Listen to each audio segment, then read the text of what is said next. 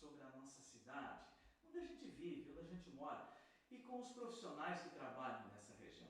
E vou dando um recado aqui do Sicredi, que está conosco, a maior cooperativa de crédito do Brasil, e dentro de poucos anos estará administrando perto de R$ 1 trilhão. E a confiança, é a credibilidade, é o dinheiro que fica aqui na nossa cidade, na nossa região, e é uma das raras cooperativas que investe no social. Também conosco Lojas Quero Quero, que nos patrocina, que nos ajudou a montar esse podcast, a exemplo do Sicredi. E ainda Grupo Felite investindo, agora vai inaugurar em Santa Rosa, reinaugurou em Alegrete, uma loja que praticamente nasceu em Santiago, várias marcas de carro. Grupo Felite, vai ver um abraço para o meu amigo Elton Doelho, cara excepcional. Eu rodo Fiat, eu rodo Felite. Ainda aqui várias empresas conosco neste grupo de comunicação, e hoje eu tenho a alegria de trazer um bate-papo aqui com esse jovem delegado, que eu vou dizer assim, ele é de São Borja e está há 3 anos em São Francisco de Assis fazendo um trabalho maravilhoso. Aliás, aqui vai o meu carinho, meu abraço para todos os policiais desse país, deste estado, que inclusive a criminalidade no Rio Grande caiu nos últimos anos.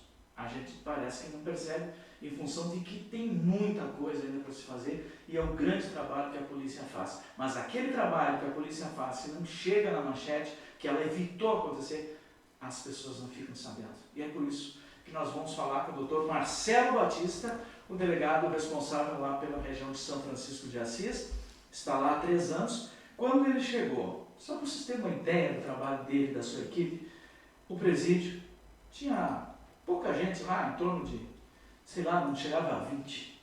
Hoje são mais de 100.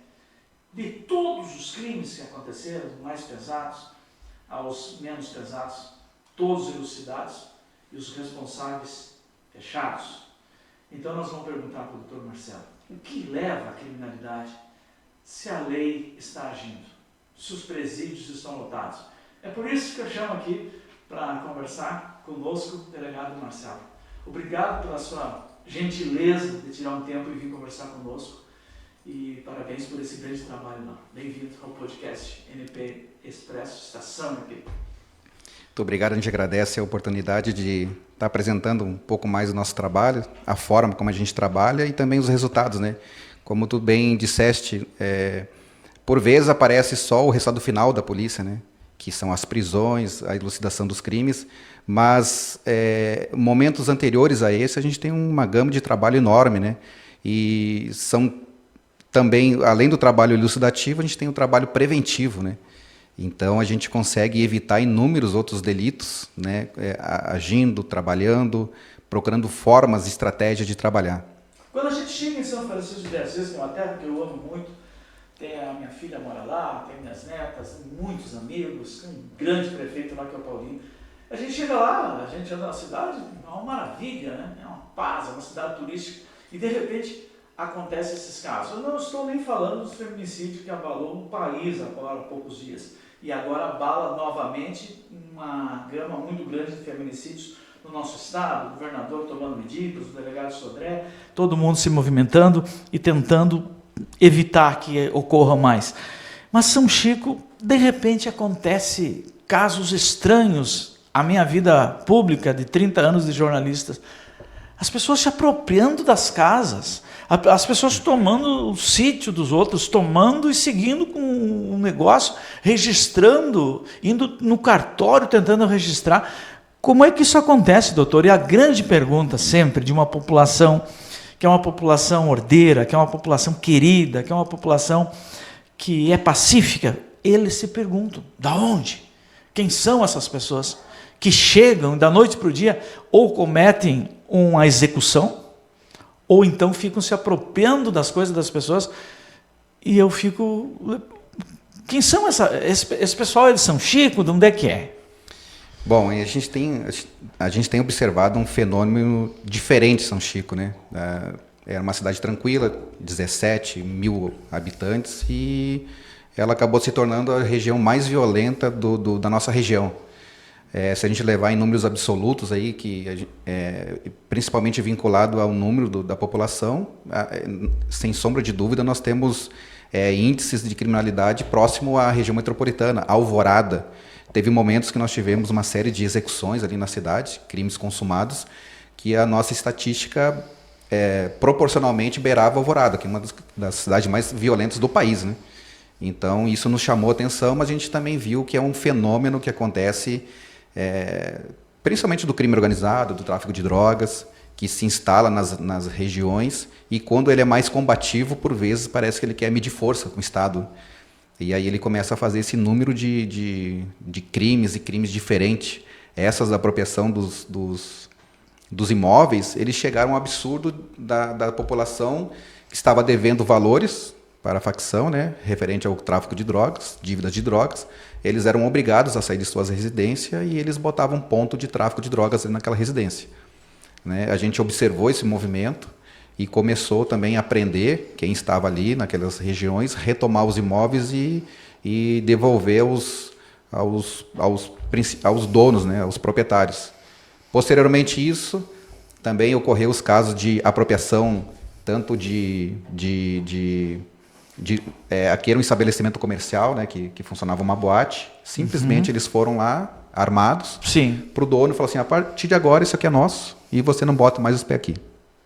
Né? E o dono, com medo, sob ameaça de ser executado a sua família, os seus parentes, saiu. Né? Posteriormente ele registrou a ocorrência e a gente começou a trabalhar até que a gente retomou o imóvel e devolveu ao verdadeiro proprietário. O sítio foi a mesma coisa. Simplesmente, a partir de agora você não é mais dono do sítio, vai no cartório e transfere para a pessoa X. Né? Que coisa impressionante. Eles iam no cartório e já estava pronta a escritura pública para a passagem de propriedade, transferência de propriedade. Então, esses dois casos foram assim. E aí existiu o terceiro, o Laranja, né, que assumia aquela propriedade, também foi preso. Né? Então, as pessoas, por vezes, acham que eu estou tá só indo para o meu nome. Não, ele é corresponsável. Né? E agora deu uma acalmada, porque agora está todo mundo preso, está tudo organizado. Nessa semana, mais um trabalho em conjunto com a Brigada Militar, de uma prisão de um que tentou também executar. E teve uma ocasião que nós registramos uma prisão de 50 pessoas em um dia, na sua chegada em São Francisco. Vamos voltar um pouquinho, doutor Marcelo. O senhor é de São Borja. O que te fez entrar na carreira de delegado da vida pública? Porque, veja só, o Brasil é um dos países mais violentos em relação à guerra que há entre as polícias.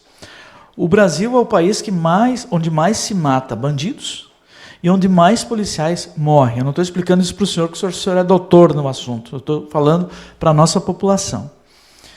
Nós matamos mais gente, morremos mais que essas guerras que acontecem no mundo. Depois tem outras guerras, que é a guerra do trânsito, mas não é o nosso caso aqui. E de repente uma pessoa resolve, eu vou ser delegado de polícia. Muitos profissionais tombam hoje. A todo momento a gente noticia. Jovens, meninos que estão trabalhando nessa carreira, dedicados. A nossa polícia é uma das mais sérias do Brasil. Casos que vêm em São Paulo, Rio, não se vê aqui. E tanto a polícia militar como a polícia civil. O que lhe deu na... O senhor tem família, casado? Fale um pouco do senhor de São Borja, onde é que se formou? Eu sou oriundo de São Borja, né? E ingressei no Exército com 18 anos. Fiz concurso da ESA, me formei sargento aos 19 anos, já era sargento, e de lá construí a carreira. Fiquei 21 anos no Exército, eu era primeiro sargento, mas eu sempre tinha o sonho de ser delegado. Eu entrei na faculdade de Direito para ser delegado. Então, eu, naquela época, ainda jovem, né, eu observava a carreira do delegado e, assim, o que precisa para ser delegado? Tem que fazer Direito. Então, eu não gostava muito de ler. Então, para mim, num primeiro momento, foi um karma, assim, porque, vou fazer Direito, tem que ler. É muita coisa. É muita coisa, mas para algo que eu almejava, era necessário a graduação. E naquela área, né? Então, fui para o Direito, fiz o Direito e, posteriormente, comecei a realizar os concursos, né? Passei inúmeros concursos policiais, concursos de delegados de polícia de outros estados. E aí foi agraciado que, ao final do meu trajeto acadêmico de estudante, de concurseiro, abri o concurso para delegado do Rio Grande do Sul. Eu fiz, obtive êxito e daí fui nomeado. Eu já estava nomeado em outros estados Aí aguardei que até que me chamassem para que eu viesse. E qual é o segredo, qual é a dica para os jovens que querem tanto? Eu, como professor, tenho dito para os jovens, às vezes eu vejo, o que tu está estudando? Estou fazendo direito. Por quê? Vou fazer concurso. Eu digo, começa que tu tem que ser obstinado. Aqui tinha um amigo do meu filho em Santiago que queria ser policial federal. Ele anoitecia e amanhecia estudando. Claro, tem que ter as técnicas, o jeito, cada um. Digo, tem que abrir mão de balada, abrir mão, às vezes, da família. Qual é a dica, então, para a pessoa? Porque é muito difícil. A peneira é cada vez mais difícil de passar. Depois, os testes físicos, embora o senhor tenha sido militar, mas muitos rodam no teste físico. Aqui tem um cara excepcional que trabalha em Santiago, que é o nosso delegado regional, o Guilherme, eu tenho que mandar um abraço para ele, que é um cara perito em tiro, em estratégia, já se confrontou com bandidos, tem uma história linda também, vem da fronteira, muito estudioso, e fez uma união aqui da segurança pública, a segurança da brigada com a Polícia Civil, que trabalha em conjunto. Então eu admiro esses jovens delegados que mudaram esse perfil. Não estou falando mal do passado, eu estou falando bem do presente, dos que chegaram agora, dedicados, com ética. E eu pergunto assim, o jovem que está lá, assim, eu quero ser esse cara. Como é que é a dica? Olha, não tem muito segredo, né? Mas é trabalho, esforço, estudo, porque hoje, como tu falou, assim, o concurso profissionalizou, né? O que uma década atrás tu passava com uma média de 60%, 65%, 68%, hoje é acima de 8,5%, né? O percentual que tu tem que alcançar. Então, o acesso à informação, hoje tu consegue assistir videoaulas de qualidade, de cursinhos excelentes, estando em casa, a qualquer lugar que você possa estar. Então, hoje isso dinamizou muito. Tem muita gente com acesso à informação, ao estudo, então quase que profissionalizou. E especificamente para o cargo policial ou de delegado de polícia, né? Primeiro tu tem que ter a graduação, né? Para delegado tem que ter o direito e para policial civil qualquer curso superior. Posteriormente a isso, bastante estudo, porque o cargo de delegado se tornou objeto de desejo de muita gente. E naturalmente, como muita gente está interessado, a dificuldade aumenta. Então temos uma prova objetiva, depois temos uma prova escrita, uma prova oral, uma prova psicotécnica, uma prova física, uma prova médica, e se não bastasse tudo isso, 6 meses de curso. E como tu falou, assim, que ao que parece, cada vez está chegando gente mais preparada, assim como essa nova turma que virá será mais preparado que nós, é fruto disso. Qualidade do ensino que é ofertado, a própria academia de polícia cada vez se especializa mais na formação do policial, né? Uma academia de uma década atrás é bem diferente da hoje. Então tu sai muito mais preparado intelectualmente, fisicamente, tu já sai praticamente pronto. E depois tu implementa com algumas estratégias no teu trabalho e depois começa a dar os frutos. Então acho que é isso que acontece. E a família apoia bastante? Apoia bastante. O senhor tem filhos? É casado? Eu tenho 2 filhos, sou casado e tenho 2 filhos. Estão aqui ou estão embora? Estão aqui.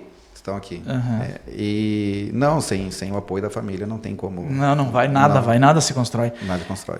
Eu estava outro dia, há muito tempo, eu fiz uma palestra lá, fiz um debate em São Chico.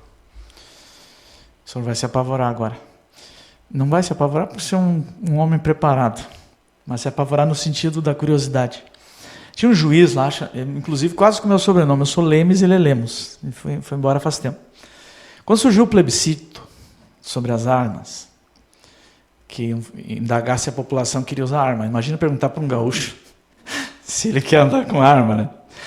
Aí eu cheguei lá e participei de um debate que eles estavam fazendo, entre uns 15, eu era o único que era desfavorável ao armamento do cidadão.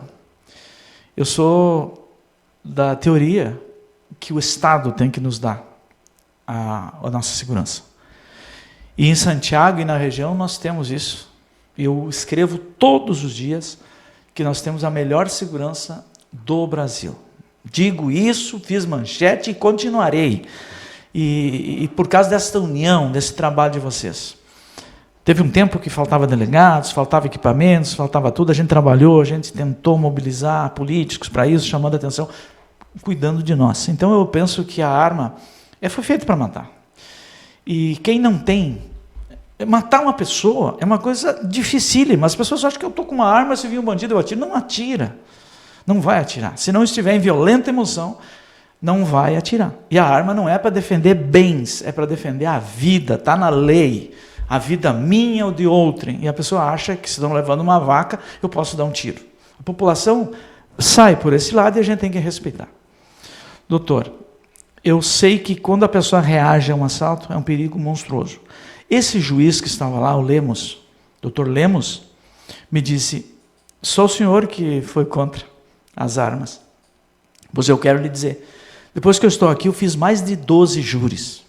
Nenhum, por homicídio, nenhum foi alguém atirando para tirar a vida de uma pessoa porque estava defendendo a sua.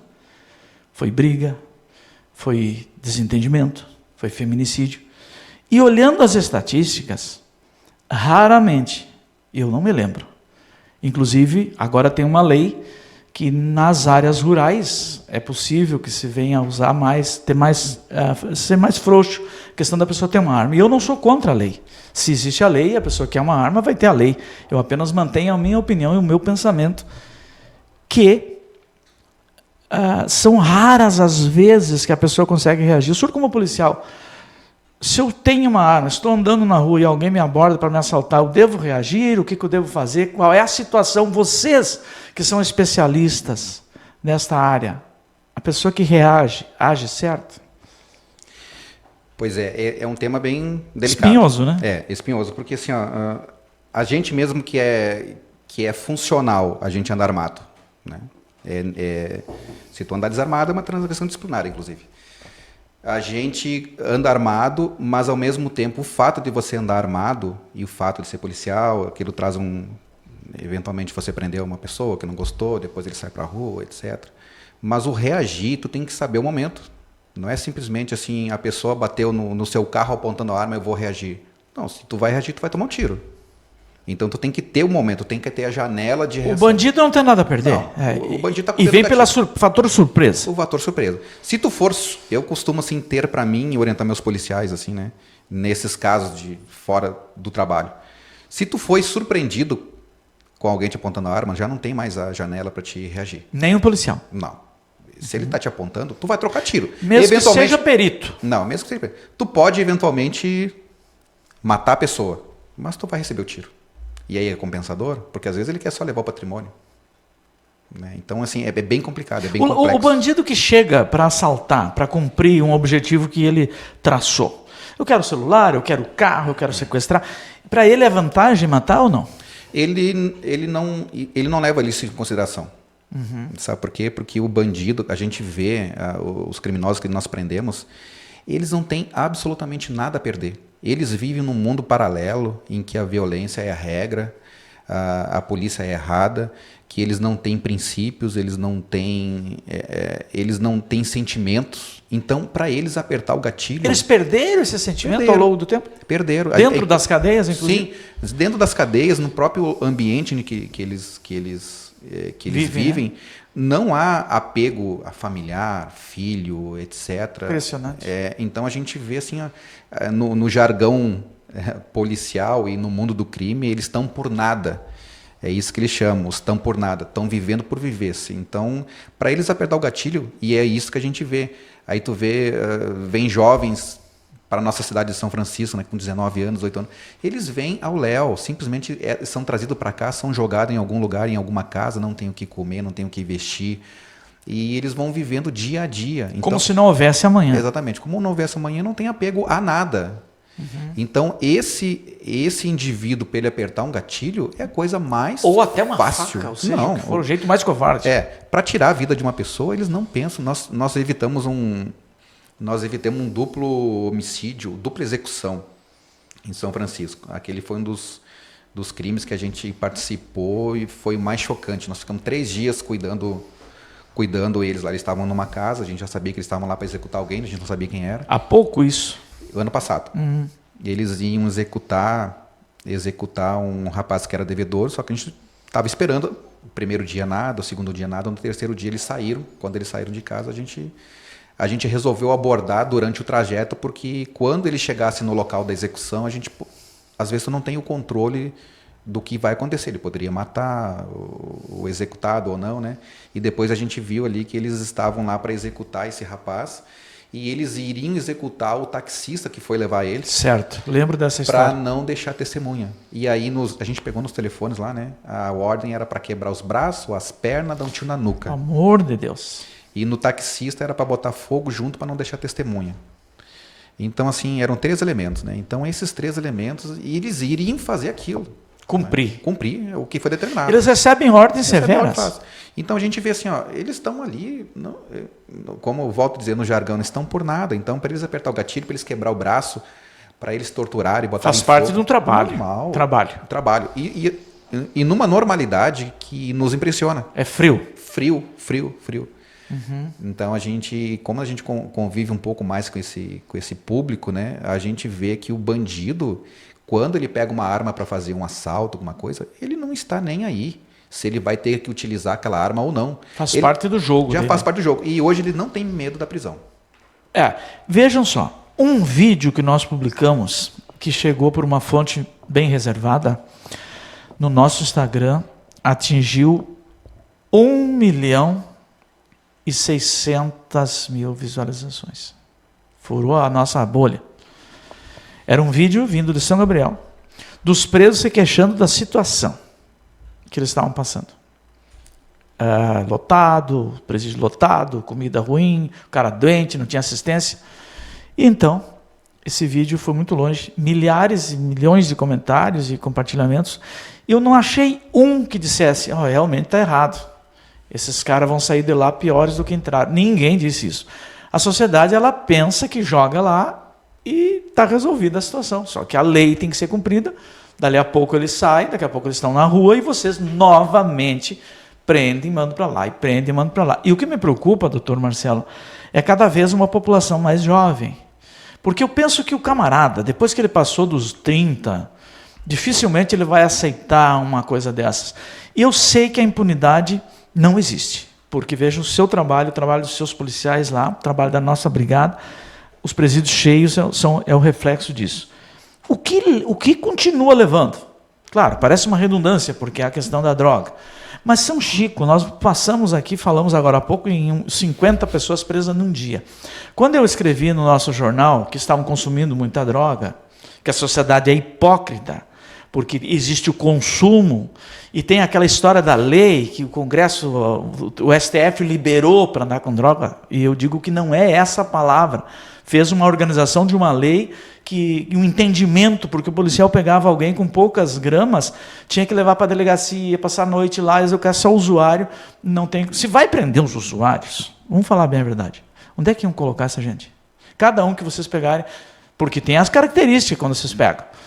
Esse aqui tem a buchinha pronta, tem o dinheiro, tem o celular. Então eu continuo dizendo, não é olhar para o cara está com uma droga, vai cair e fim da cadeia. Agora tem uma nova lei que, aliás, o governo, hoje nós lançamos uma matéria, uma tal de uma cartilha para instruir o jovem a como ele deve reagir quando ele for usuário e a polícia abordá-lo.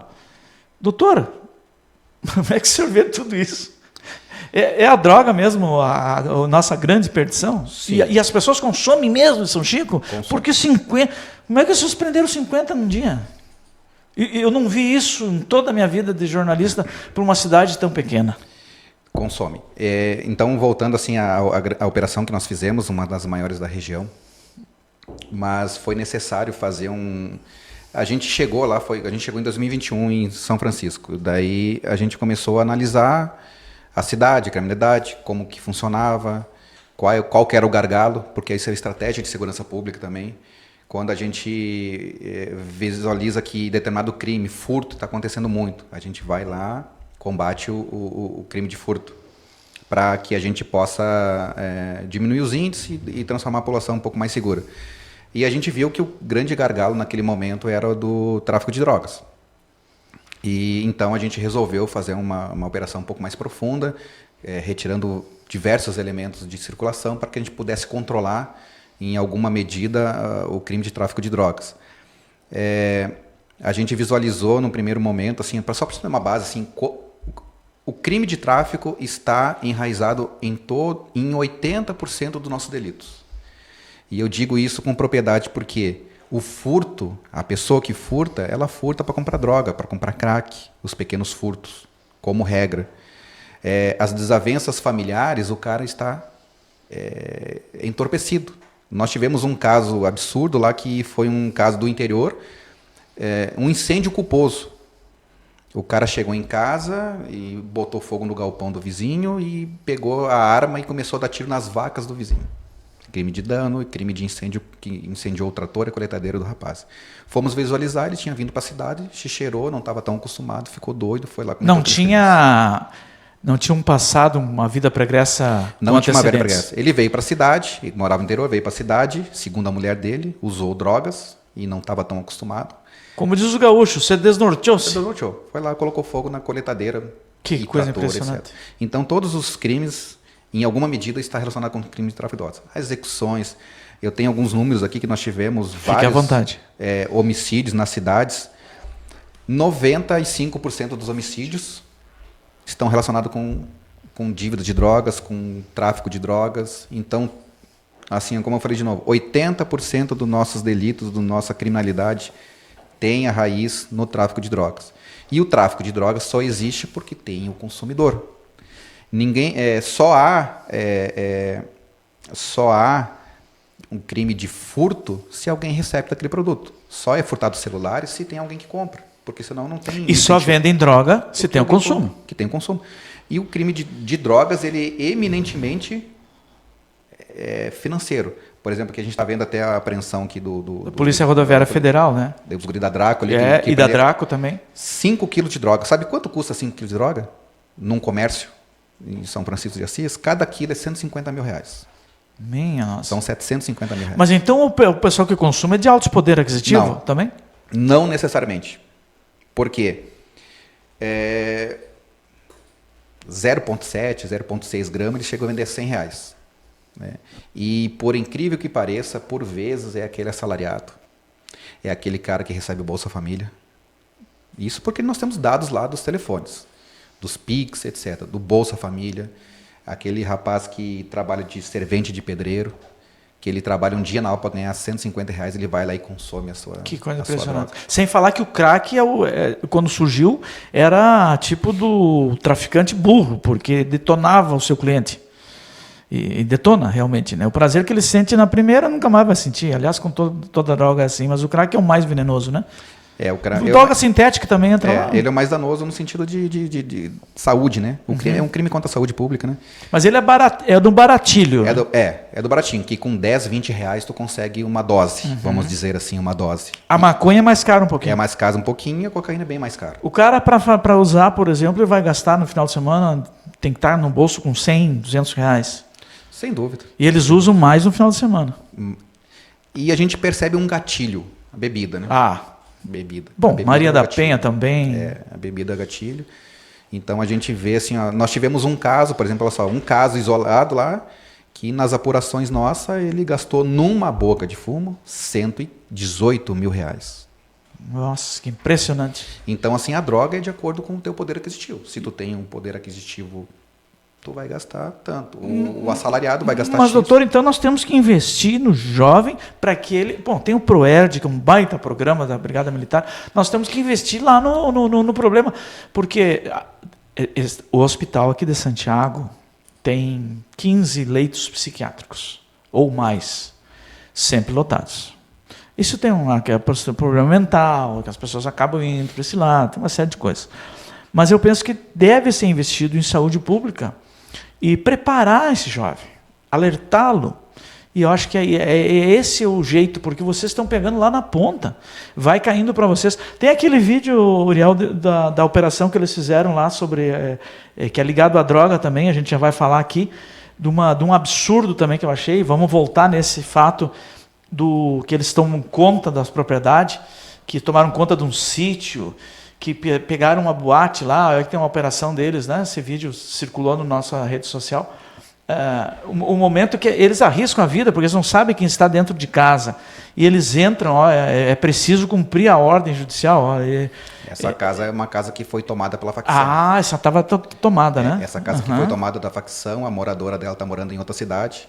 E certo. eles simplesmente tomaram e botaram uma pessoa de fora para morar ali. Até tinha jovem, tinha as crianças também que moravam ali. Essa é uma casa que foi tomada pela facção. Sim, a gente teve cuidado para não ver as crianças. É outra preocupação, porque se você tem uma criança que às vezes aparece... Esse é o estilo de casa. Essa casa que já era uma casa montada. Então as casas são muito piores em condição. Dorme no chão, não tem o que comer, você olha na geladeira, tá com toda aquela situação. Então, assim, e outra, assim, o custo social do tráfico de drogas é absurdo. Por quê? Tu perde um pai de família, uma mãe de família, que eventualmente tu tem que prender aquelas crianças ali. As famílias são populosas, são numerosas. Essas crianças, infelizmente... Em meio à violência? Em meio à violência. Eles usam as crianças para entregar droga. Porque, que impressionante. Assim, eles de toda ordem. Se eles saem com um carrinho de criança, eles botam a droga na fralda da criança. Que coisa. Então, assim, as crianças, infelizmente, convivem com a violência. A violência é a regra. E as mulheres? Eu tenho visto um aumento muito grande de prisão de mulheres. Aqui em Santiago, numa semana foram várias pessoas presas, inclusive meninas, mulheres. Assumem esta cadeia produtiva dos maridos, dos companheiros, obrigadas, ou é para sustento da família? E elas não têm a perícia de trabalhar e caem logo nas garras da lei? Não, isso aí, assim, o tráfico de drogas, o crime organizado também tem sua estratégia, né? Em um primeiro momento, eles usavam muito adolescente, que tem aquela máxima que o adolescente não é preso, né? O que não é uma verdade, né?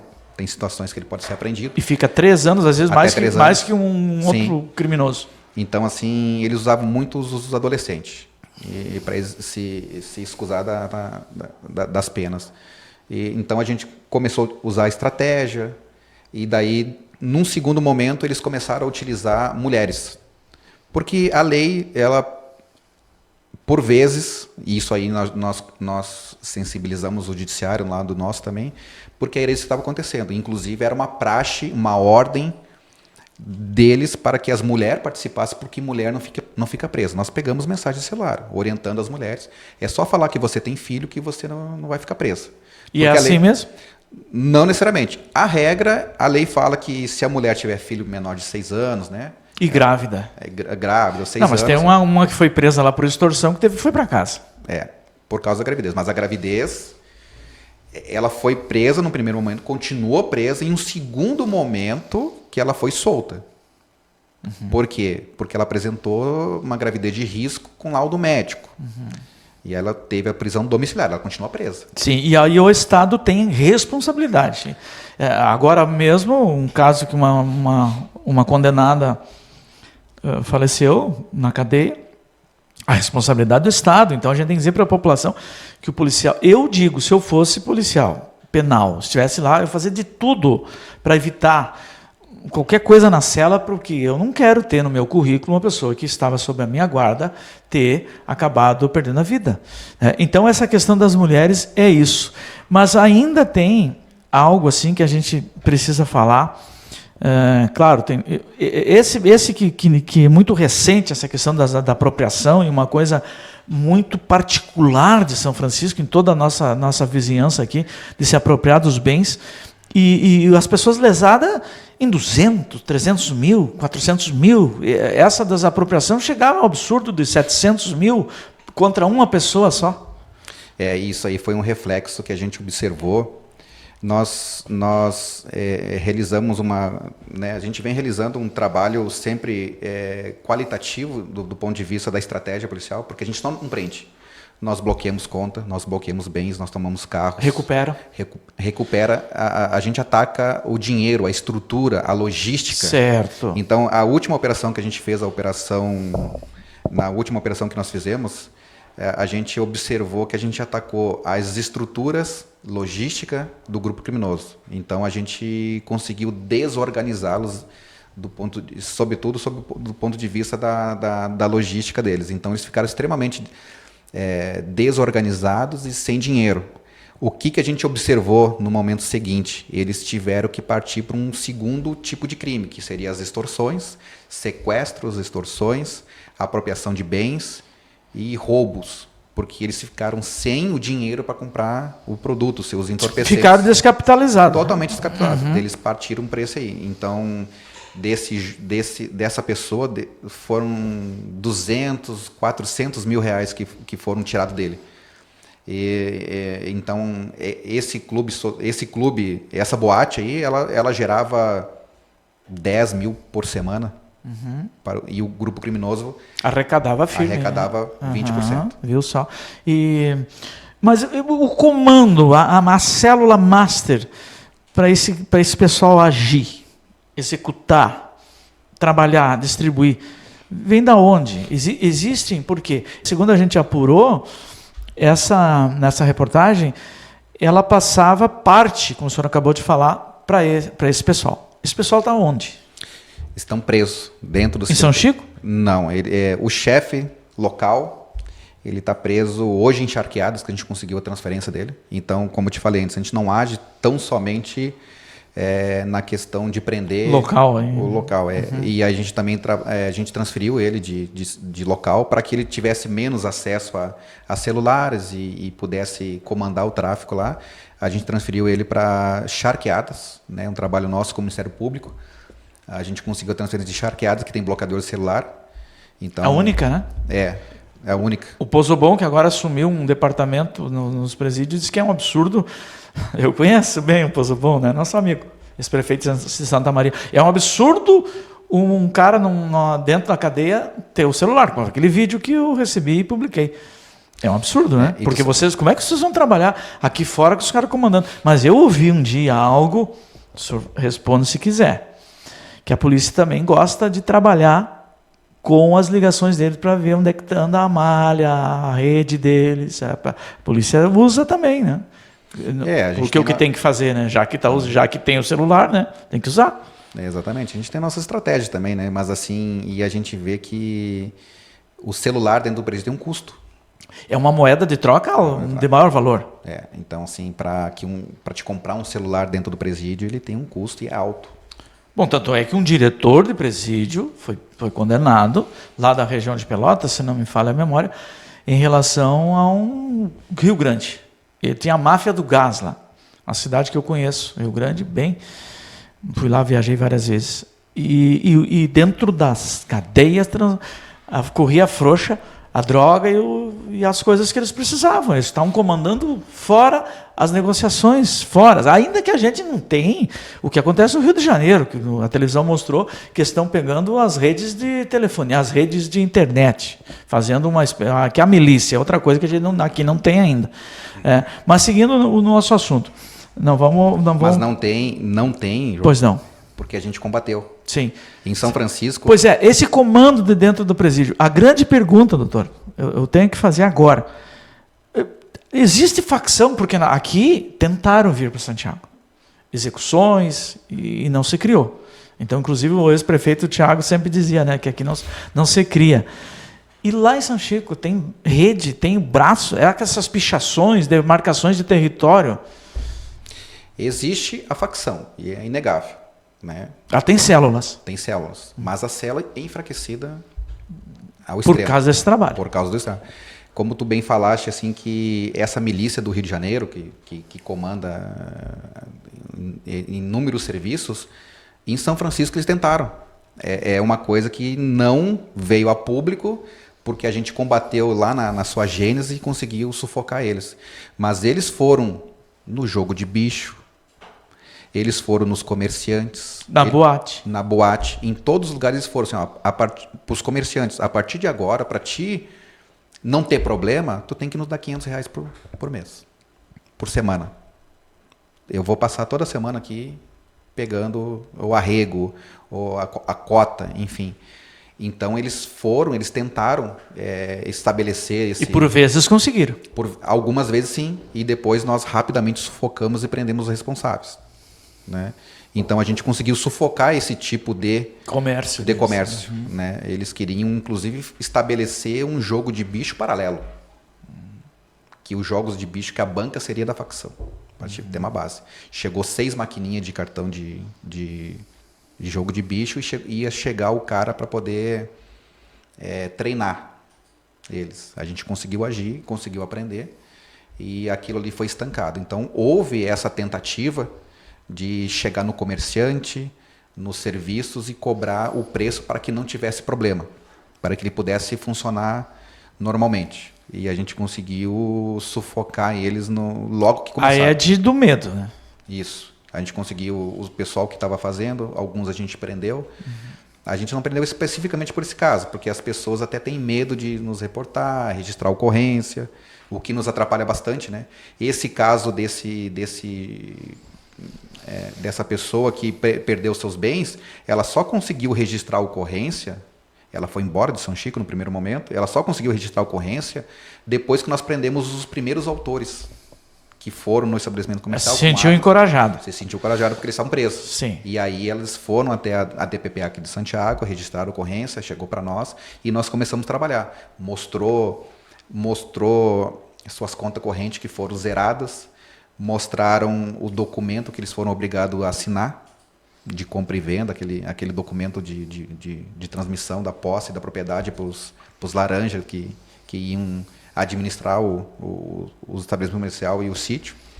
E a partir daí a gente conseguiu, né, recuperar os bens e prender os responsáveis, né? E outra coisa que as pessoas têm, por vezes elas emprestam conta corrente, por vezes elas emprestam um nome, e eles acham que eles não estão sendo responsáveis.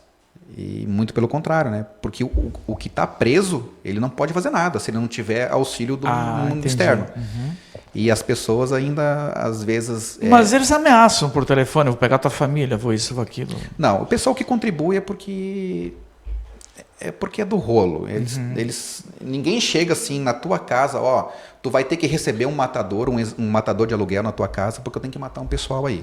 Não. Ele já vai nos caras certos. Já vai nos caras certos, que são os consumidores. Não perde tempo. Não perde tempo. Muito bem. São os consumidores, são os adeptos. Uhum. Então, em São Francisco, nós temos, às vezes, até um problema que tem muita gente que parece até adepta do crime, né? Uhum. Mas, assim, por óbvio, é um pequeno percentual. Ah, isso é importante. Não, pequeno percentual.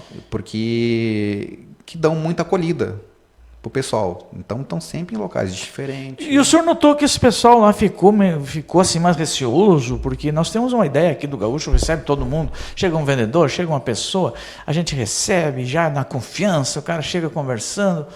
O pessoal ficou mais receoso? O senhor notou que o pessoal fica mais com medo, assim? Fica um pouco mais receoso. Chegam, né? De fora, assim, já chega o pessoal de fora e é isso que nos ajuda, né? Qual é a orientação? A população... O momento que perceber, então, e esse foi um fruto do nosso trabalho, no primeiro momento a gente chegou lá, nós não tínhamos informação de nada. Né? São quantos policiais na sua equipe? São, hoje... Não sei se pode falar. Ainda estamos com 4, né? Uhum. 4 policiais. Mas a gente tem o apoio restrito da nossa delegada regional aqui, então assim, esse... E precisa mais apoio, porque agora um vereador falou na Câmara nessa semana, ele quer câmeras para identidade, como tem Alegrete já por inteligência artificial, que se o cara é fichado, alguma coisa assim, pega pela íris e a cidade não, ela é toda, não é um Big Brother, não é como tem já as câmeras, vocês têm esses equipamentos todos, que só tem ajudado, né? Não, isso tem ajudado, assim, as cidades que têm mais estrutura, né? E aconselha para as pessoas colocar nas suas casas. Sim, né? sem dúvida. Assim, hoje não é mais um item de luxo, né? Um item de segurança. Uhum. Câmeras uma que inibe, né? Inibe a pessoa de eventualmente querer furtar, alguma coisa. E se acontecer alguma coisa, a gente consegue elucidar, porque o nosso objetivo é elucidar os crimes. Uhum. Porque a partir do momento que acontece um crime e ele não é elucidado, ele se torna atrativo para fazer de novo. Uhum. Incentivador, inclusive. Tem que ser pedagógico isso. Tem que ser pedagógico. Cometeu, vai ser preso, vai tirar o seu tempo lá na cadeia, pensando, né? E depois... E a resposta que nós temos que dar para a sociedade é essa. Então, a gente até incentiva que a população coloque câmeras de segurança em suas residências, né? E para que também possam nos ajudar. Não? Então, e informando sempre, né? Que é sigilo absoluto. Sigilo absoluto. Então, hoje a gente consegue desenvolver um trabalho bom lá em razão das informações que a gente recebe. A população hoje confia em nós. Nós desenvolvemos um trabalho lá que, como eu te falei, primeiro ano a gente prendeu 83, né? Somente no ano de 2024 a Polícia Civil prendeu mais de 50. Somente a Polícia Civil prendeu mais de 50. Mas é aquele dito popular, ele prende num dia, solta no outro. Existe isso? Não, porque nós tínhamos um... Bem robusto. Nós tínhamos um Ministério Público forte e nós tínhamos um Poder Judiciário atuante, que entendeu a nossa proposta e não estava sendo assim, prendeu, soltou. Né? Por óbvio que a gente tem que analisar o caso concreto. O Judiciário está mais consciente em relação a isso? Tá mais consciente. E sem o apoio do Judiciário, do Ministério não Público... Não tem como. Não, a gente não trabalha sozinho. Né? A gente não trabalha sozinho. A gente faz a nossa parte de levar eles a julgamento. Pois que está lá é com o Ministério Público. Exatamente. Então, e o pessoal comprou essa ideia no sentido de combater um pouco mais veementemente esse tipo de crime. E a gente também faz um trabalho, a gente tenta fazer um trabalho mais qualificado para que não só prender, que ele prenda e ele fique preso através das provas que nós levantamos no processo. Que é robusto esses inquéritos. Exatamente, os inquéritos são robustos. Isso dá um trabalho que não é fácil, né? Dá um trabalho enorme, né? Mas a gente tem uma certeza da condenação no futuro, porque simplesmente você pegar em abstrato uma pessoa com droga não é uma certeza de condenação, porque ela pode inúmeros outros fatores podem ter interferência ali. Não, me colocaram no meu carro esse produto. Agora, a partir do momento que tu já tem uma investigação, que tu tem 2, 3, 4, 5 atos daquela pessoa relacionado ao tráfico de drogas, e o dia que ela for pega assim, fica muito mais... Digamos que eu saí e dei carona para um sujeito, e ele colocou meio quilo de maconha lá embaixo do banco, e lá a Polícia Federal me atacou. Polícia Rodoviária, vocês me atacaram, eu vou lá para explicar. Daí vocês vão ver minha vida progressa. Cadê o teu telefone? Está aqui. O que tu faz? Onde é que tu mora? Aí começa a vir. Eu não tenho nada, nenhum envolvimento, não tenho um testemunha me falando de mim. Vocês vão ter embasamento do que poderia ter sido colocado. Sim. Mas, de repente, eu estou levando aquilo para ganhar um dinheiro extra. Porque eu já vi gente muito boa, doutora. Filhos de pessoas que a gente chama, que eu não gosto desse nome, pessoas de bem. Tem a ideia deles do mal e nós do bem. Não existe gente do bem, existe o mal que a gente pratica. E aí as pessoas vão fazer uma viagem. Vou arriscar. Aí ganha 5 mil, ganha 8 mil, nem sei quanto se ganha. E aí acha que pode ir novamente até que seja apanhado. De repente ele não tem nenhum envolvimento, pode acontecer, né? Mas vocês são especialistas, vocês vão ver. Sim. A pessoa chega lá, não abrir a boca, você já vê se a pessoa está apavorada com... Porque o cara fica nervoso, eu vejo a Polícia Federal, aqui a rodoviária, sempre conta que o cara se denuncia, né? Só o psicopata mesmo, né? Que fica muito frio, né? Dá até risada, né? Mas a experiência vai nos trazendo isso. Né? Eu imagino. Nós tivemos um caso em São Francisco lá que teve uma pessoa que trabalhava de Uber e pegou uma mulher na rodoviária de Uruguaiana e trouxe para São Chico 40 quilos de maconha. Foi presa. Num primeiro momento, ele não soube explicar o que estava fazendo em São Francisco. Num primeiro momento, ele ficou preso. Né? Daí depois ele queria conversar comigo, lá a gente conversou, ele explicou, e aí eu questionava ele sobre as alegações que ele falava, queria que ele me demonstrasse, através de prova, que ele não tinha nada a ver. Ele mostrou o telefone, a gente viu as corridas, não tinha nada relacionado ao tráfico de drogas, e a gente, naquele momento, viu que ele não participava do esquema, e sim a outra pessoa, a passageira dele. E a gente pediu a soltura dele. Então a gente trabalha... Colaborou com vocês? Sim. Como é que foi? Como é que não foi? Exatamente. Então a gente sempre trabalha assim pela ser o mais justo possível. Se se não... Mas chegou a ficar um dia ou dois? Ficou um período preso até que nós apurasse todas as alegações dele. Porque num primeiro momento ele não sabia explicar o que ele estava fazendo em São Francisco. Se apavorou. Agora que quem entrar no carro dele, ele vai querer examinar. Né? Exatamente. Que eu acho também... é o de bom tom. Às vezes tu pega uma corrida... suspeita, fora de rota. Certo. Tem que tomar cuidado. Doutor, nessa segunda parte, agora já chegando para o final, a gente vai abordar 2 casos que o senhor relate assim, mais ou menos, faça um resumo de 2 casos gravíssimos lá da cidade que eu deixei para o final.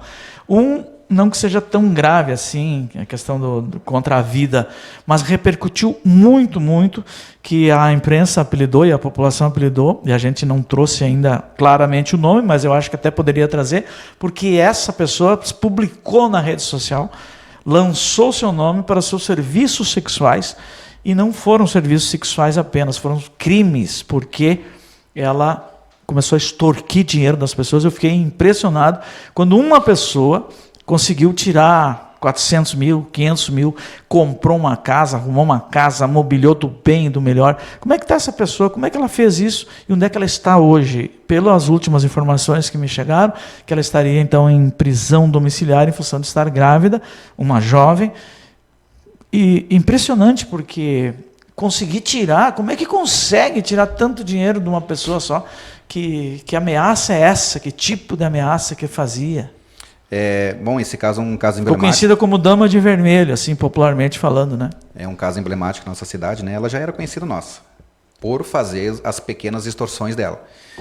Então, por vezes, nós já tínhamos 3 ou 4 ocorrências, todas relacionadas com extorsão, que então ela saía com seus clientes e, num segundo momento, ela começava a pedir dinheiro, sob o pretexto de contar para sua esposa, a esposa do cliente. Normalmente eram homens casados, que tinham algum tipo de comprometimento. E alguma posse? E alguma posse. Então, ela extorquia na medida que ela conseguia.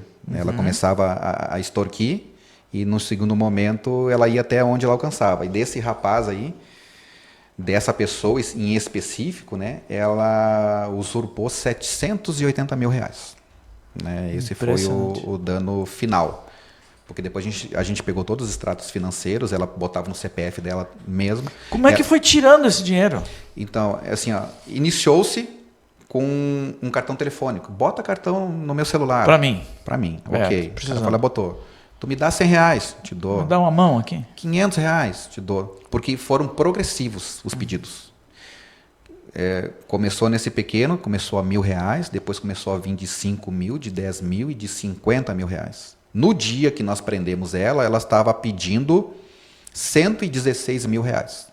Que ele tinha o prazo até, naquele dia, era até segunda-feira para depositar os 116 mil reais. Ou ela ia contar para os familiares dele. Chegar nos familiares, mandar ou largar na rede social? Que tipo de ameaça? Largar na rede social e entrar em contato. Mas teve gente que com aquela história do golpe do nudes se suicidou. Isso aí não é fato novo a gente contar isso. Agora há pouco, quantos foram presos naquele golpe do nudes, né? Mas essa não era o golpe do nudes, ela praticava e depois... E ela fazia fotos ou era com as mensagens que ela queria mostrar? Com as mensagens que ela tinha já, ela trocava mensagem e tinha fotos dele. Guardava tudo. E guardava todo arquivado. E se ele não entregasse os valores, ela... A prenda estava mal intencionada mesmo. Totalmente, né? Desde o primeiro momento. Porque a partir do momento que ela vai guardar as mensagens que ela tem, ela está mal intencionada. E ela começou a cobrar e inventar coisas. Ela se passava por advogada, ela se passava pelo Ministério Público. Então ela fazia um fake, um número alternativo, fake, se passando pela advogada, que entrava em contato com ele, você está enrascado, você tem que dar o dinheiro que ela está pedindo, senão você vai responder por tal coisa. Num segundo momento, ela fez até um perfil fake do Ministério Público, dizendo que a ação dele já estava no Ministério Público, que era para ele fazer o acordo. Mas medonha, hein? Medonha. Mas a vida pregressa algum outro tipo de crime na vida dela ou só extorsão? Só extorsão. E perita em extorsão? Perita. E ela conseguiu... Só em São Chico ou em alguma outra cidade? Só em São Chico. Natural de lá? Natural de lá. Ela conseguiu... Ela, acho que foi a ocasião, né? Ela... Quanto tempo, que período ela demorou fazendo isso? Ela durou uns 6 meses. Até que vocês foram investigando. Até que nós fomos investigando. E as pessoas com vergonha de denunciar. Com vergonha de denunciar. Quantas pessoas caíram nesse golpe? Nós apuramos 4 pessoas, mas tem muito mais. E esse dinheiro, esses bens que ela conseguiu, vocês conseguiram devolver? O dinheiro ela tinha gastado todo, né? O dinheiro em espécie, a gente pediu bloqueio de valores, foi bloqueado, se não salvo engano, R$4.000. Mas a casa foi sequestrada, porque... Vale bem? Vale bem. Ela pagou 400, depois reformou. Mobiliou. Toda mobiliada. Ela está morando nessa casa hoje? Atualmente está. Porque é burocrático. É burocrático, porque o bem está sequestrado, o bem não foi tomado ainda. Né? Ele precisa ir a leilão para devolver o dinheiro ou tem um dono específico que ela tomou? Dele, porque o dano está comprovado, né? Ele vai ser julgado, vai ser visto a situação ali e ao final do processo é provável que ele fique com aquele bem. Esse crime de extorsão é tipificado e ele é forte na lei, né? Ele é severo, né? Ele é severo. Ele é um crime que tem uma pena bem razoável, salvo engano, próximo de 10 anos. E ele pode gerar muita coisa. Inclusive, a vítima nos relatou que ele já pensou em suicídio. em razão de tudo que está acontecendo. Porque chega um momento que a pessoa... Entra em desespero. Entra em desespero, porque a pessoa já deu uma quantia de dinheiro e ela não quer voltar atrás. E aí ela se vê num mato sem cachorro. Porque... Mas, doutor Marcelo, no momento desses, a família, a essa altura, é evidente que aqui nós jamais vamos mencionar nome, nem ideia, nem de bairro, nem nada disso, protegendo a vítima. No momento desse, a família já sabe. É provável, né? É provável. Porque não há como esconder tudo isso, né? A gente como é que eu vou... Eu sou casado, eu começo a gastar dessa forma. Será que não percebe? Será que não foi uma tolice dele? Porque eu vou dizer bem o seguinte, vários amigos meus me falaram, mas uma coisa é falar, outra é agir.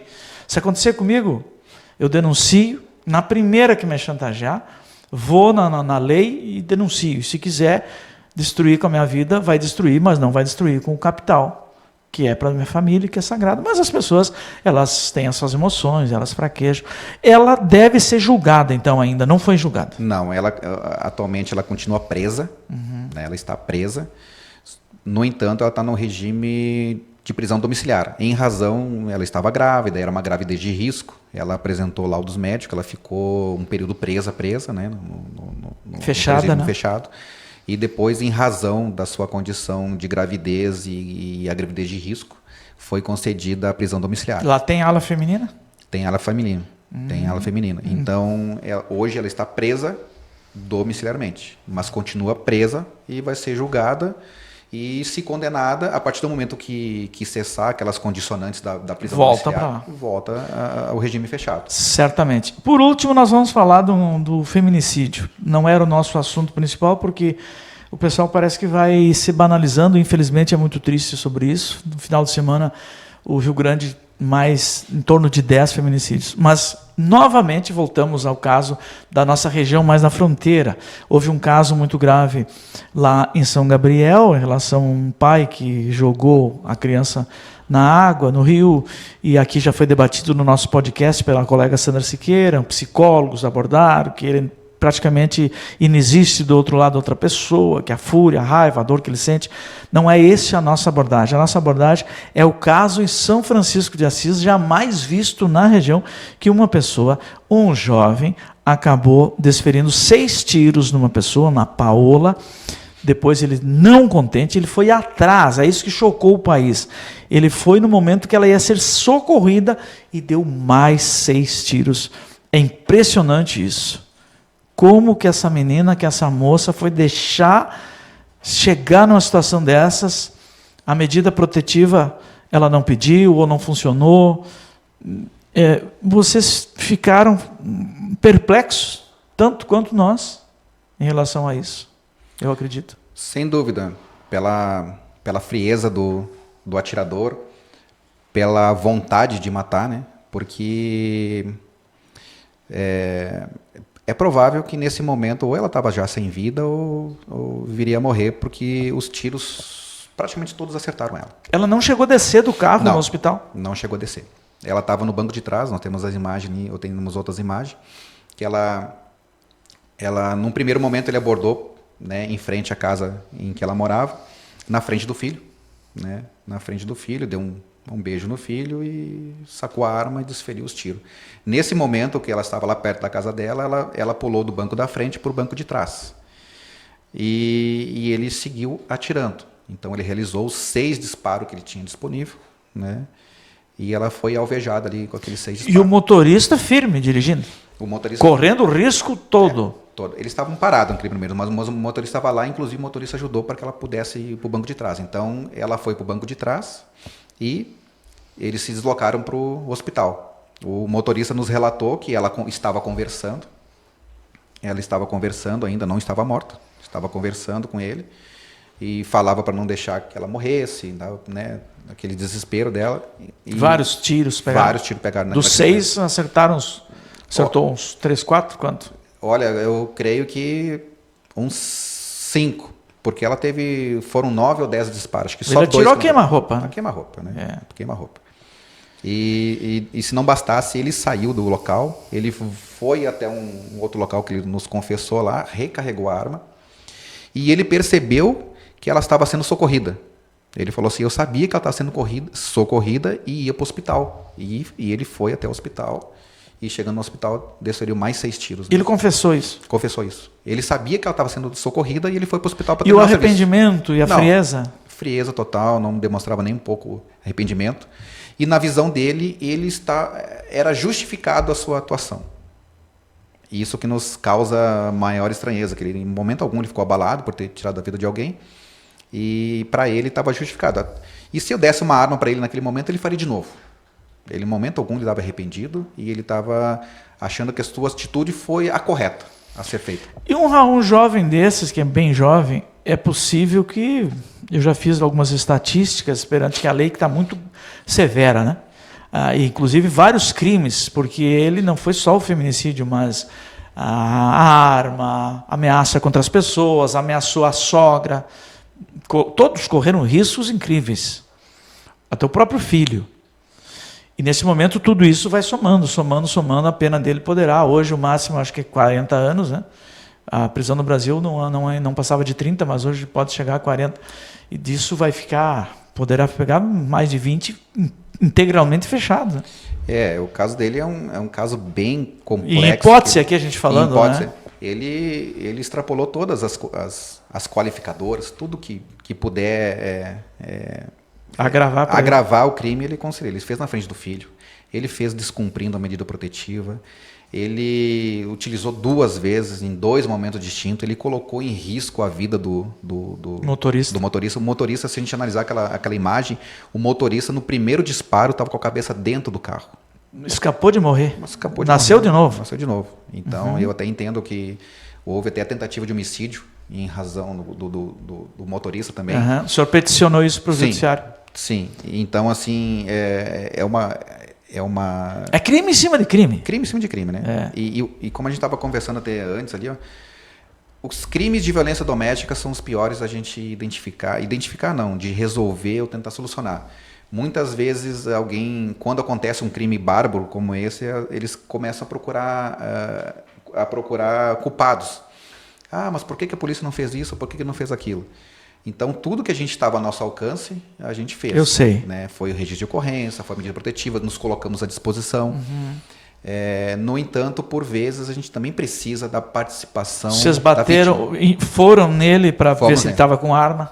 Cumprimos mandado de busca na casa dele para ver se ele estava com arma. Não achamos, orientamos ele, porque naquele primeiro momento ele deu a entender que também que poderia matar, etc. Assim, não faça isso. Não faça isso, vai acabar com a sua vida, você é um jovem, tal. E ele? Ele no primeiro momento aceitou, tanto é que ele falou para nós posteriormente assim, porque como a gente orientou ele, no dia a gente cobrou ele. Por que tu fez isso? Ele disse, não, eu tinha desistido. Eu tinha desistido de matar ela. E ele alega o filho, é o filho. É o filho. Ele até nos falou que ele tinha desistido de matar a Paola, tinha desistido de matar a Paola e prometeu para a mãe dele que não iria fazer nenhuma besteira. Porém, segundo ele, o gatilho foi no final de semana, que ele viu o filho, porque ele estava impedido de ver o filho no sentido da guarda, né? Para ter limitações, ter horários, ter datas, né? Foi o gatilho. Foi o gatilho. E quando ele entregou o filho no domingo, que ele voltou toda aquela repulsa e ele resolveu, daí ele voltou na mãe dele e falou assim, não, eu retiro o que eu disse, né, que era a promessa de não fazer mal algum para a Paola, né? E aí começou a perseguir ela. Ela já estava sendo perseguida no trabalho, né? A gente coletou inúmeros depoimentos. E ela facilitou, né? Não procurou muito mais medidas. Porque quem estava preocupado com ela eram as colegas de trabalho.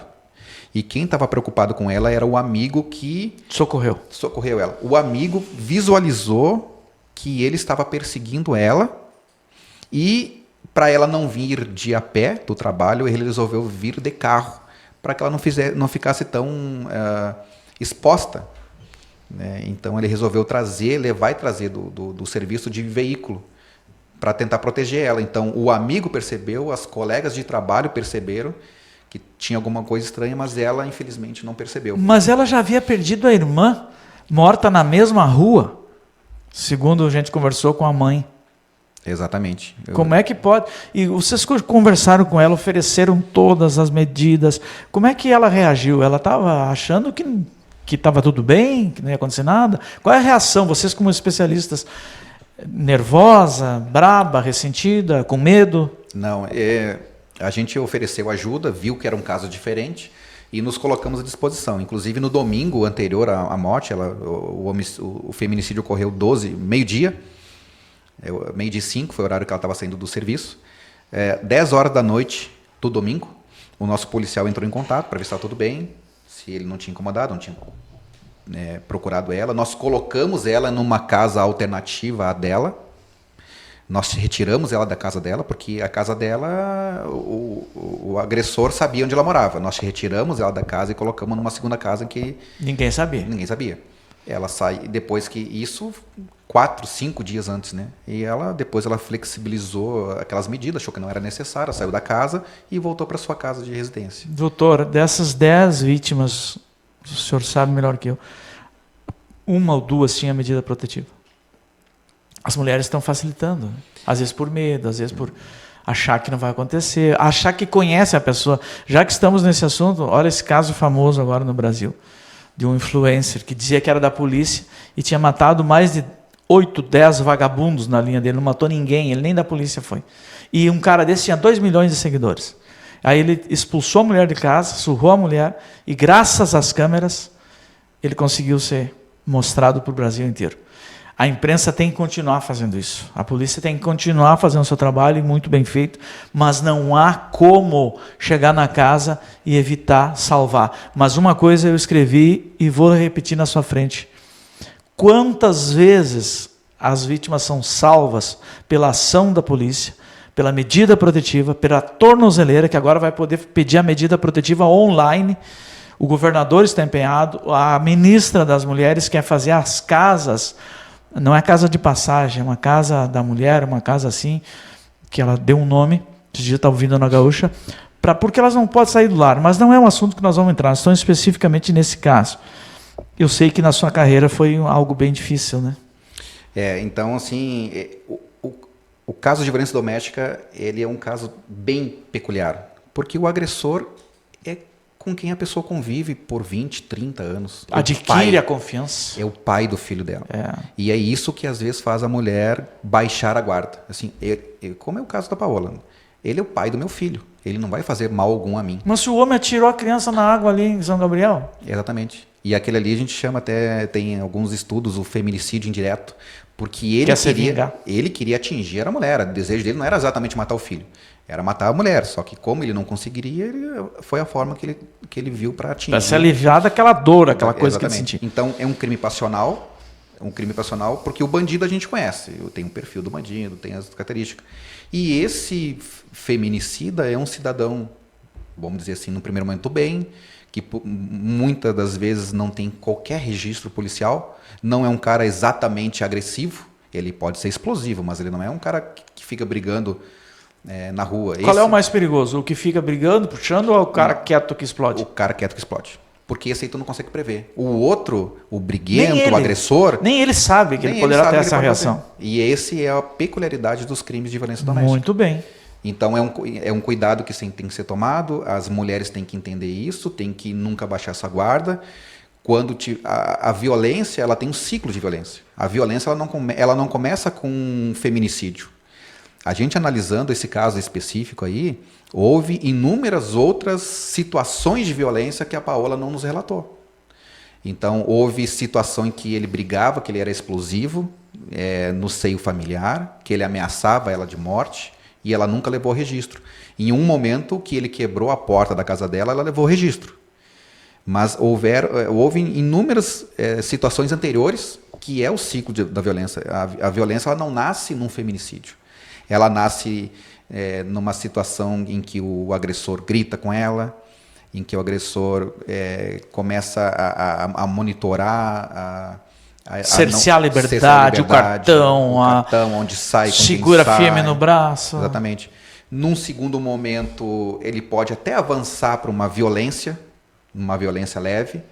Num segundo ou terceiro momento, eles vão fazer as pazes, ele vai pedir perdão. Num terceiro e quarto momento vai repetir o ciclo, porque se ele fez uma vez e deu certo, ele vai voltar a repetir. E cada vez que esse ciclo se completa, ele vai ficando mais grave. E chega no momento em que a pessoa não consegue sair daquele ciclo porque ela já começou a achar que aquilo é normal. o marido gritar com a mulher, o marido impedir que a mulher faça determinadas condutas, o brigar, o xingar, o ser agredido, começa a ser uma coisa até natural para ela, que ela não percebe que ela está dentro de um ciclo vicioso de violência doméstica. Ela se acostuma dentro de um hábito, de uma tendência, de um dia a dia que para ela passa a ser quase que normal. E a violência, ela não é só física. Ela é uma violência moral, xingamentos, ela é uma violência psicológica, com financeira, financeira, né? O fato de tu impedir ou não dar acesso a determinadas coisas e valores, tu impede que a mulher tenha a sua liberdade. Moral. Então, assim, existem inúmeros tipos de violência. A violência física é a mais conhecida, né? Mas existem inúmeros outros tipos de violência em que a mulher está dentro daquele ciclo e não consegue se perceber. Tem que ter uma pessoa de fora para perceber. E ela leva muito tempo para nos relatar. O senhor nota muita violência doméstica em São Chico? Notamos bastante. Não houve um cerceamento, uma diminuição? Não, houve. Num primeiro momento, quando tem um fato grave desse, muitas pessoas se tocam assim, eu estou sendo violentada. Eu não sabia que essa... E aí as ocorrências crescem. As ocorrências crescem. Depois ela dá uma baixadinha, né? Então a gente também implementou... Tem uma média grande? Tem uma média boa. Não dá para dizer que é grande, porque não é uma coisa que Final de semana, quando começa o trago, né? Depois da sexta-feira, tem horário. Quando a gente tira o plantão, a gente já sabe que vai dar. Domingo, depois das 3, é só violência doméstica. Quando ela faz a ocorrência, registra a ocorrência, denuncia o cara, ela pode retirar depois ou a lei agora mudou e segue? A lei mudou. Os crimes de ameaça, no contexto de violência doméstica, não podem mais ser retirados, porque na verdade era isso que acontecia, né? Então a gente se empenhava, a gente por vezes fazia o flagrante. Ela na segunda-feira ia lá retirava porque é o pai da família, porque os familiares querem dar um susto, etc. E então isso impedia a responsabilização do autor. Depois ele incentivava a fazer de novo. E assim ia. Tá legal. Doutor, só uma passadinha naquele caso que foi bem grave também, não houve ninguém, foi tentar matar ninguém, foi um caso atípico também, a gente não gosta muito de falar, que foi um homicídio, aliás, um suicídio ou duplo suicídio, só para a gente arrematar, tudo investigado, tudo certo, não teve nem participação naquele casal, infelizmente, né? Casos gravíssimos também que a gente eu não tinha visto na minha carreira, provavelmente na sua também não, o senhor é um jovem delegado. Sim, aqui é um caso emblemático, né? Porque eu ainda sou jovem na carreira, mas nós temos nossos colegas que são bem mais experientes e até eles não tinham visto casos assim, né? Um duplo suicídio na mesma corda, no mesmo momento, né? Então a gente tomou todos os cuidados necessários para começar a afastar algumas linhas de investigação, né? Tu olha num primeiro momento o homem e a mulher, tu pressupõe, né, que pode ser um feminicídio, né? Então a gente analisou todos os casos ali, por hora, né, a perícia que vai nos apontar com mais certeza, né, a gente não vai para a linha... Está em curso ainda, né, a não ser que venha coisas ao contrário, a gente trabalha com duplo suicídio, né, que pode ter sido um deles foi primeiro, a vítima, a segunda viu aquela situação e resolveu também fazer o mesmo. Por óbvio que inclusive na mesma corda. Na mesma corda. Isso é o que é mais impressionante. Parece que bateu um desespero, né? Parece que bateu um desespero. E a corda, da jeito que estava, parecia que era um pêndulo, né? O peso de um, né, forçou o outro. É uma coisa assim quase que inexplicável. E essas pessoas muito conhecidas, e aí abala uma sociedade, é preciso investigar, é preciso trazer. Foge até um pouquinho da questão ética do jornalismo, porque não tem, foi explicitado. Até porque eles gravaram vídeo na rede social e estavam se divertindo na noite anterior. E isso que é o que nos chamou. A complexidade desse caso também envolve isso aí. Além desse fato visual que a gente, né, presenciou lá, de duas pessoas na mesma corda, né, cometer aquele tipo de ato. E também a gente começa a analisar a vida pregressa. Né? Estavam com problema financeiro? Não. Super bem do ponto de vista financeiro. Eram pessoas alegres, que estavam se divertindo horas antes do ato ali, gravavam vídeo em casa. Não tinha droga envolvida? Não tinha droga, não tinha eventualmente bebida, né? Mas assim, não deixou carta de despedida, não deu indício de que poderia fazer aquilo, né? Depois o filho do casal ainda nos relatou algumas coisas lá que davam indício que ele poderia tirar sua vida, porque o pai dele também, né, havia a situação semelhante. Na mesma situação semelhante. Ele se sentia culpado porque o pai Trazia uma culpa, Trazia né? uma culpa e ele já tinha explicitado alguns desejos de se suicidar para o filho. Mas o ser humano é uma surpresa atrás da outra, né? É uma surpresa Essa da sua outra. experiência que acabou indo para São Chico, não vai esquecer jamais dessa grande experiência, Não, São né? Chico, a gente até brinca, né? Um dia alguém postou fatos graves acontecendo na região, todo mundo me ligando. O que aconteceu em São Francisco? Mas o doutor Guilherme me disse algo assim que eu não vou esquecer. Ele disse assim, São Chico é uma das cidades das mais violentas, apesar da nossa região ainda ser um céu aberto. Continuo dizendo isso, porque uma coisa é a segurança, outra coisa é a sensação de segurança, que a imprensa ajuda também, porque hoje a imprensa acaba trazendo os fatos, mas também trazendo... Quando está tudo seguro, ninguém quer saber, né?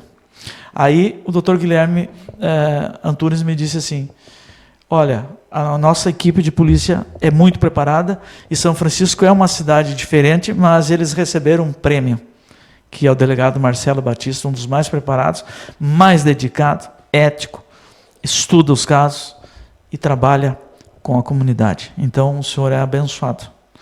Eu lhe agradeço o senhor ter vindo aqui conversar conosco, com a população, porque nós vamos transmitir isso para todos, para que o crime, mais uma vez, não compense. E que vocês, nossos heróis, que estão trabalhando diuturnamente, às vezes eu fico impressionado como é que não tem medo, porque às vezes tem que dar aquele friozinho na barriga, né? Olha, dá que o senhor disse aqui que os caras vão disposto a qualquer coisa. A pessoa que tem família, como eu disse no início do programa, é o país que mais a polícia, nossa polícia de modo geral, mata em conflito e mais a polícia morre em conflito. É uma guerra muito grande. Então vocês arriscam as suas vidas todos os dias. Muito obrigado por essa proteção que toda a equipe policial tem trazido para nós, que eu tenho acompanhado há anos. E tenho orgulho de dizer que Santiago e região tem profissionais e o Estado atua e atua firme e há de continuar. E a gente vai seguir fazendo nosso trabalho, né, incansavelmente, para que a nossa proposta é dar segurança à população, especialmente o cidadão de bem. E em alguma medida a gente está conseguindo. Não vai embora de São Chico, né? Vamos ver o que vai acontecer. Promoções. Eu sei que quando a pessoa trabalha muito, é uma carreira, né? Aí temos que ver o que vai acontecer no futuro, né? Mas enquanto estivermos lá, vamos estar vestindo a camiseta e vamos dar o nosso melhor, porque justamente, né, a gente tem essa sensação de segurança, né, e possa também transmitir para os cidadãos essa segurança, para que eles possam cada vez mais confiar em nós e nos ajudar no nosso trabalho, né? Porque sozinhos a gente não consegue nada, né? Eu sei disso. Se nós não tivermos o apoio da população lá, nos ajudando com informações, que o crime não seja a regra, e sim a exceção, né? Chegou um momento que parecia que as coisas estavam invertidas lá, mas a gente conseguiu, de alguma forma, contribuir para que voltasse à normalidade. Grande abraço. Conversei aqui com o delegado Marcelo Batista, esse jovem na carreira e também jovem policial, mas tem muito a trabalhar ainda e nos dá essa sensação de segurança também para mostrar para vocês todos que o crime não compensa. Obrigado, doutor Marcelo, obrigado pela parceria com toda a nossa imprensa e continue assim e até uma próxima. Tá certo, a gente fica à disposição e agradece o convite. Sicredi conosco, Lojas Quero Quero, Grupo Felite e até Deixa Eu Te Contar, e vem coisa muito boa pela frente. Você fique ligado, este canal, essa rede NP Expresso é a que mais cresce aqui no interior do estado e a gente agradece a quem? A você que está lá dando seu like, você que está curtindo, você que está compartilhando. Viram quanta informação preciosa hoje? E assim que a gente vai seguir. Grande abraço, Deixa Eu Te Contar, vem na semana seguinte.